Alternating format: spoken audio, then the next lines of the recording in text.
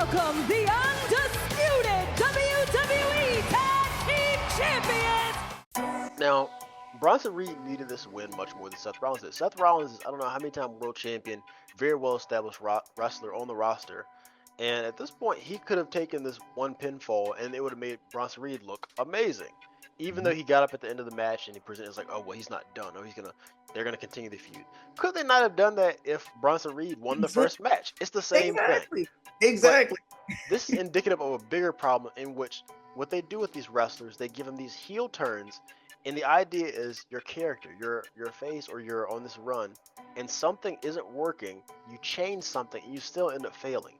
And that's Bronson Reed. So Bronson, at this point, he could still only beat mid-carders. He didn't beat Braun Strowman.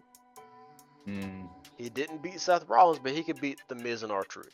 Okay, let's table that for a second. Same thing with when it comes down to Braun Breaker. When he first fought Sammy, we thought that he was going to win.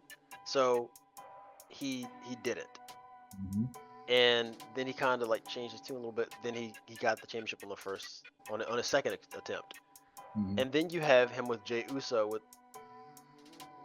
pretty much Prince Record repeat. But then you also have, let's take a step backwards. Maybe that's a little bit different. But a more relevant example would be Chad Gable. Chad Gable is losing to Gunther, getting his ass kicked on a regular basis, even though he was putting on stellar matches. Couldn't win. Turns heel in pursuit of the Intercontinental Championship, and Creative still has him lose. So what was that for? He may as well just stuck with Alpha Academy. I haven't seen his career do any better. Exactly. Yep. I mean, if we were probably to compare like his win-loss record, I would probably argue that he was winning more matches with Alpha Academy. Yeah. That's that's abysmal. Yeah, that's not a bad assessment. Yeah. And let's take a step back. Shinsuke Nakamura. This is from a little bit before, but when he turned heel on AJ Styles at WrestleMania, I forget what year it was. The whole premise of it was he lost AJ Styles and hit him in the nuts after his match at WrestleMania. So right then and there was the right time for Nakamura to go over and be crowned champion.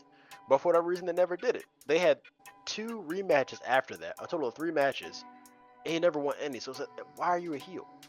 And the problem for me is if you are doing something as a character and you change something drastically in pursuit of a specific goal and nothing is working, what is that really going towards? It's like you just became a dick because you wanted to.